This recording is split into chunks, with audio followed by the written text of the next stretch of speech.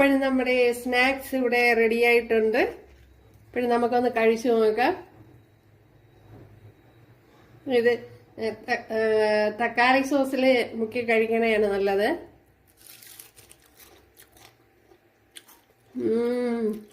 ഒരു രക്ഷയില്ല. ഒരു തക്കാളി സോസ് വേണം.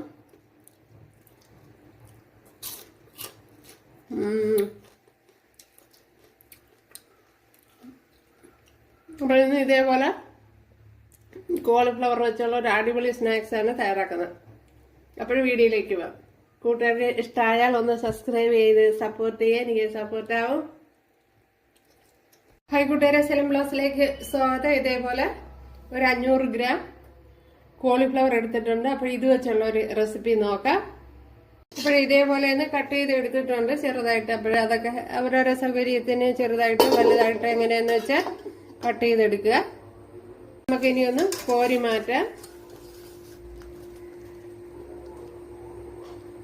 1 ടേബിൾ സ്പൂൺ ഇഞ്ചി വെളുത്തുള്ളി പേസ്റ്റ്, അതേപോലെ ചെറിയൊരു പച്ചമുളക് കൂടെ ചേർത്ത് കൊടുത്തിട്ടുണ്ട്. അതേപോലെ തന്നെ 1 ടേബിൾ സ്പൂൺ മല്ലിയില, 1 ടേബിൾ സ്പൂൺ കറിവേപ്പില, നമ്മളെ കറിയിൽ യൂസ്, 1 ടീസ്പൂൺ മഞ്ഞൾപ്പൊടി, ആവശ്യത്തിന് വെള്ളം ഒഴിച്ചൊന്ന് കുഴച്ചെടുക്കാൻ. അപ്പോൾ കോൺഫ്ലവർ ഇല്ലാത്തവർ മൈദാമാവ് എടുത്താൽ മതി. മൈദാമാവിലും ചെയ്യാവുന്നതേ ഉള്ളൂ.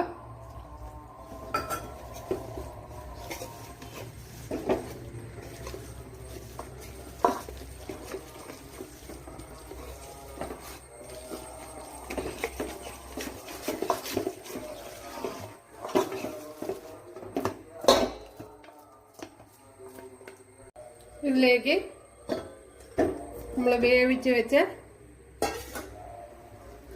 കോളിഫ്ലവർ ചേർത്ത് കൊടുക്കുക. അപ്പോഴേ കോളിഫ്ലവർ ഒത്തിരി വെന്ത് പോകരുത്, എങ്കിൽ അങ്ങ് ഉടഞ്ഞു പോകും നമ്മൾ ഇതേപോലെ കുഴയ്ക്കുമ്പോഴത്തേന്.